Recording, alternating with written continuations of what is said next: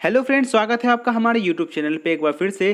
तो दोस्तों, आज इस वीडियो में बात करने जा रहे हैं बिहार के अंदर फिर से एक सिपाही भर्ती की वैकेंसी निकल चुकी है।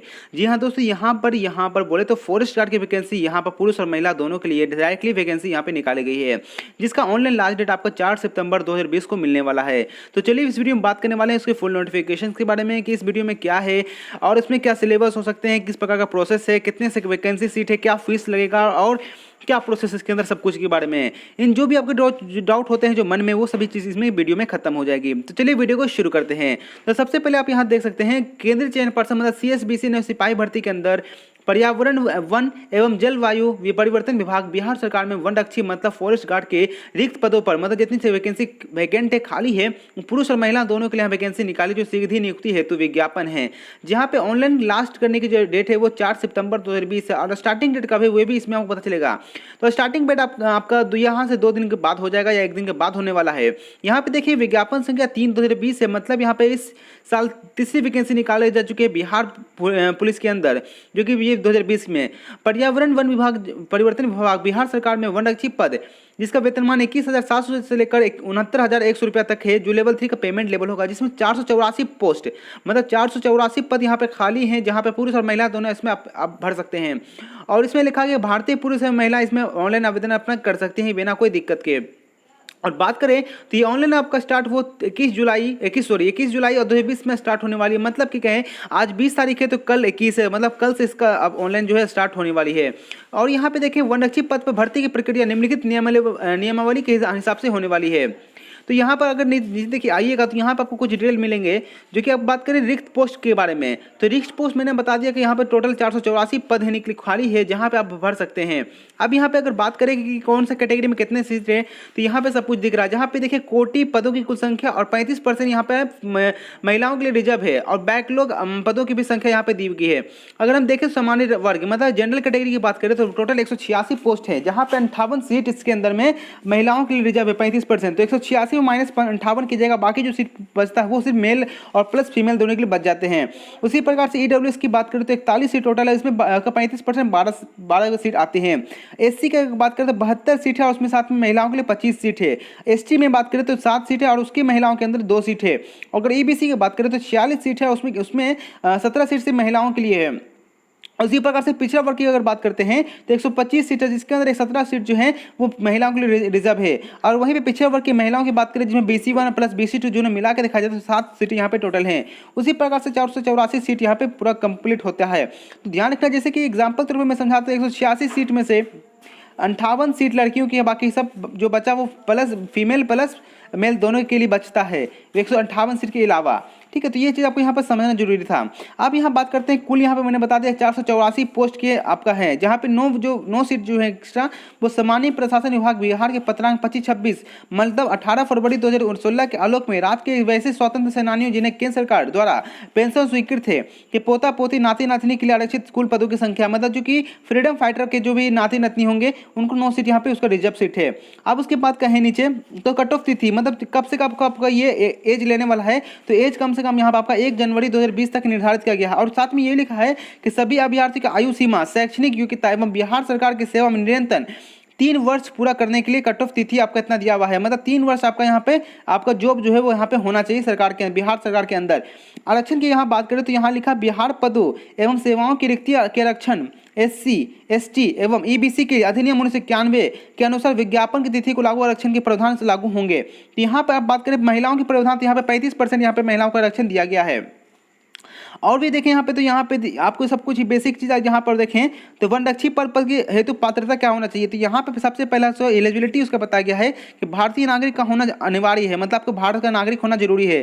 साथ में अभ्यर्थी की शैक्षणिक योग्यता यहाँ पे बोला गया है, तो किसी भी बोर्ड से आप न्यूनतम 12th 10+2 पास होना चाहिए, चाहे वो किसी भी BSc, अब बात करें ISC है, IA है या ICOM है, किसी भी चीज़ में होगा इंटर तो आप भर सकते हैं, चाहे वो किसी भी बोर्ड से हो या किसी भी काउंसिल बोर्ड से हो, उसमें कोई दिक्कत नहीं है। चाहे वो मदरसा बोर्ड भी हो तो वो भर सकते हैं, चाहे संस्कृत बोर्ड हो तो वो भी भर सकते हैं। ठीक है, अभ्यर्थी की उम्र मैट्रिक अथवा समकक्ष परीक्षा के प्रमाण पत्र में अंकित हुए जन्म तिथि के अनुसार निम्नलिखित होगी, मतलब जो भी कैंडिडेट का जो डेट ऑफ बर्थ होगा वो इस हिसाब से होगा। जनरल कैटेगरी के जो लड़के होंगे उनका 18 साल कम से कम होना चाहिए और मैक्सिमम 23 साल होना चाहिए। ये पुरुष और महिलाओं दोनों के लिए बोला गया 18 से 23 साल होना चाहिए। अगर वहीं बात करें EWS के लिए तो सेम टू सेम ही एज होना चाहिए 18 से 23 साल। अगर वहीं बात करते हैं ईबीसी की बात करते हैं और बीसी की बात करते हैं तो दोनों में न्यूनतम 18 से 25 वर्ष यहाँ पे बोला गया है। यहाँ पे 2 साल का छूट दिया गया है बीसी कैटेगरी को। अगर वहीं बात करते हैं एससी और एसटी के लिए, तो एससी और एसटी के लिए यहाँ पर 18 से 28 साल तक यहाँ पर छूट दिया गया है, एससी एसटी महिला पुरुष दोनों के लिए।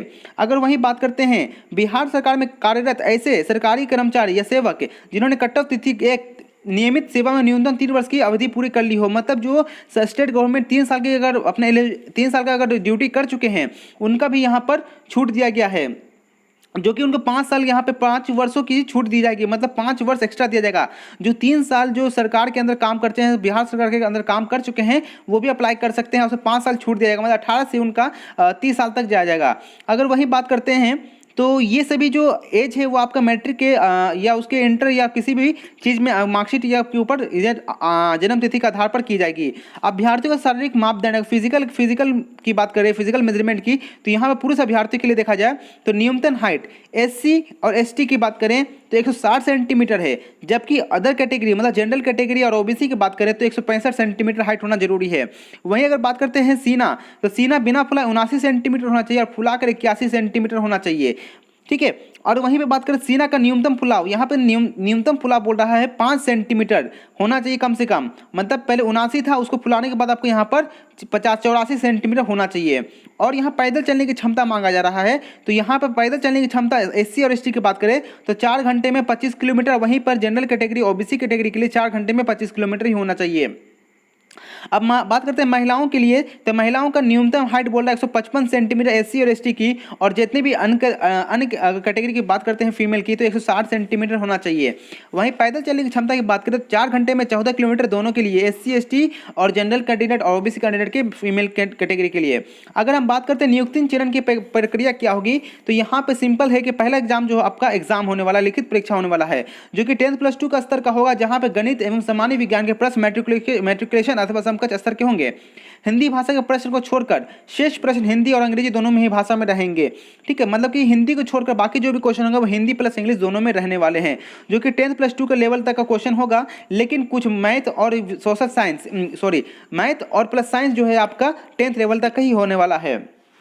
अब यहाँ बात करें प्रश्न पत्र कितने घंटे का होंगे, कितने क्वेश्चन होंगे, तो 2 घंटे का प्रश्न पत्र होगा जिसमें 4 भाग होंगे, जिनमें 100 कुल क्वेश्चन होंगे जो कि ऑब्जेक्टिव टाइप होंगे, जहाँ पे टोटल अंक जो आपका 400 का होगा, मतलब कि एक क्वेश्चन जो है 4 मार्क्स का होने वाला है। अब यहाँ पे लिखिए निगेटिव की बात करें तो निगेटिव के बारे में यहाँ पे नहीं कहा गया, यहाँ पे नहीं होने वाला है। यहाँ पे 4 भाग बोला गया, पार्ट 1, पार्ट 2, पार्ट 3, पार्ट 4 में देखा जाए तो भाग 1, भाग 2, भाग 3, भाग 4 में क्या क्या कहा गया है। तो 30 प्रश्न आपका राष्ट्रीय अंतर्राष्ट्रीय महत्व के सामायिक घटनाएं के बारे में रहेगा, यह भारतीय इतिहास, भारत का आंदोलन, भारतीय भूगोल, भारतीय राजतंत्र एवं सभी चीज के बारे क्वेश्चन होंगे। उसी प्रकार 25 क्वेश्चन जो होंगे वो 10वीं का स्तर के आधारभूत संख्या मतलब कि मैथ के क्वेश्चन होने वाले हैं। 25 क्वेश्चन जो आपके होंगे वो आपका साइंस से रिलेटेड होगा, जिसमें कि बायो होगा, इकोनॉमिक्स बायो होगा, फिर एनवायरनमेंट होगा और आपका बायोडाइवर्सिटी होगा। इन सभी क्वेश्चन से पूछा जाएगा। और बाकी जो 25 क्वेश्चन हैं वो आपको 20 क्वेश्चन जो होंगे वो हिंदी क्वेश्चन से पूछे जाएंगे, हिंदी स्तर से, जिसमें कि हिंदी व्याकरण, शब्द का प्रयोग, शब्द भंडारण, दिए गए गद्यांशों को समझना, इन सभी से क्वेश्चन होंगे। अब पाठ्यक्रम बात करें तो लिखित परीक्षा का विस्तृत पाठ्यक्रम पार्षद की वेबसाइट सिलेबस शीर्ष के अंदर मिल जाएगा आपको, ठीक है। सिलेबस के बारे में इसका अलग से मैं वीडियो बना दूंगा जहां पर आपका सिलेबस के बारे में से बताया जाएगा। अब देखिए नेगेटिव मार्किंग के लिए बात करते हैं, तो नेगेटिव मार्किंग यहाँ पे उम्मीदवारों द्वारा सभी गलत उत्तरों के लिए निम्न प्रकार ऋणात्मक अंक दिए जाएंगे, मतलब नेगेटिव मार्किंग यहाँ पे लागू है। इस बार नेगेटिव मार्किंग यहाँ पे लागू किया गया है।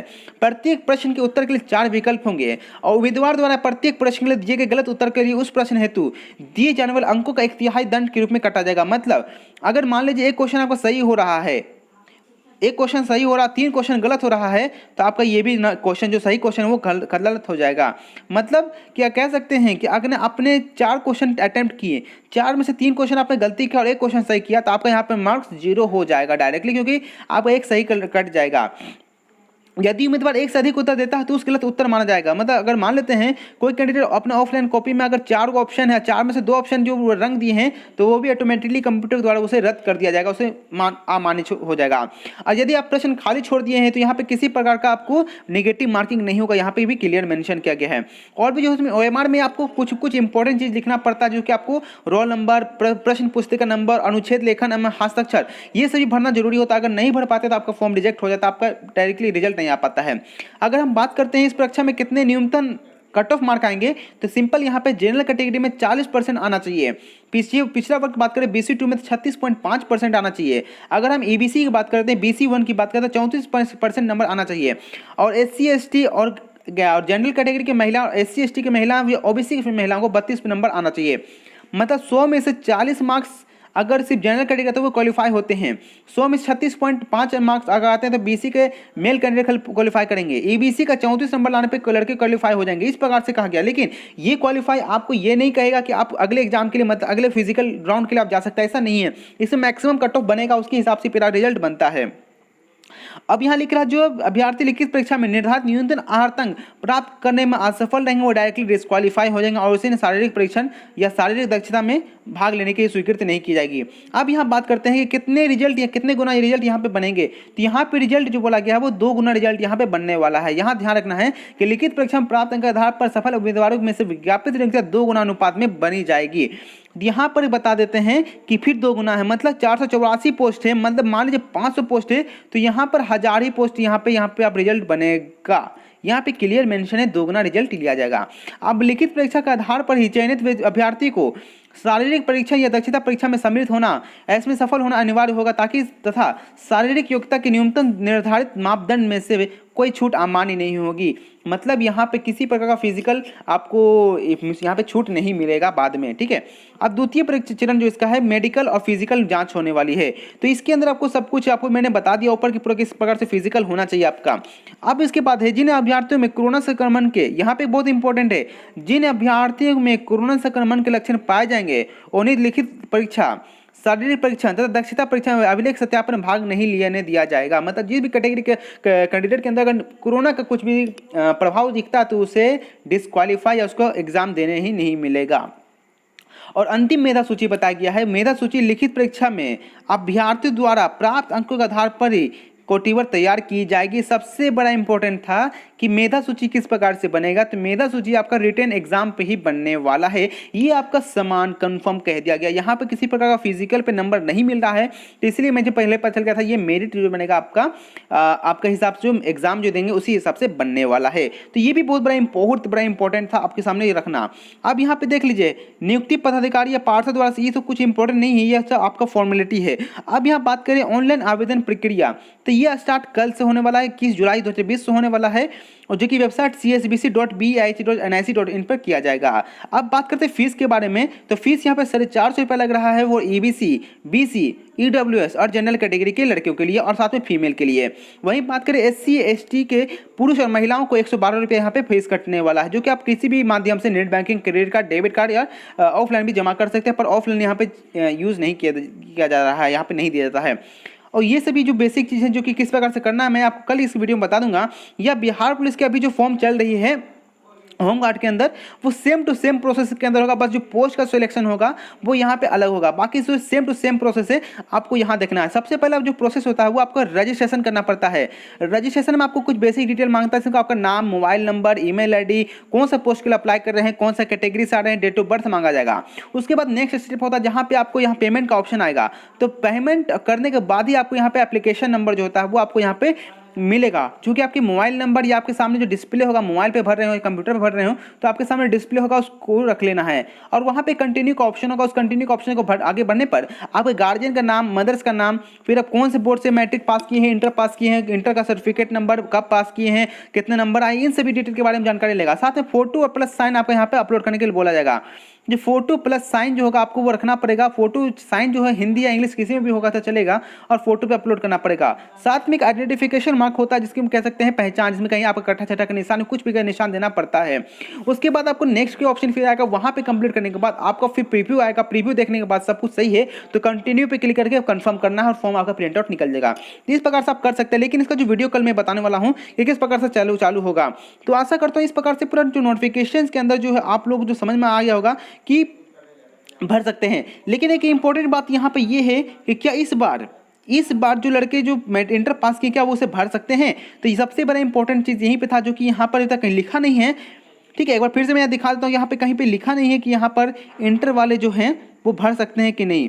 तो यहाँ पे देख लेते हैं एक बार हिसाब से कि क्या होना चाहिए। यहाँ पे नहीं लिखा कि 10+2 पास कब का होना चाहिए, तो हो सकता है इस बार जो 2020 में जो इंटर पास किए हैं वो कैंडिडेट इसे भर सकते हैं, लेकिन इसके बारे में मैं कल कंफर्म करूंगा, अभी नहीं कह सकता, बट हो सकता है, इसमें कोई जानकारी नहीं दिया गया इसलिए मैं नहीं कह रहा हूँ। बट एक प्रकार से बात करें ऊपर की ओर से, तो ऊपर में लिखा हुआ था कि 1 अप्रैल 2020 के हिसाब से यहाँ पे लिया जाएगा।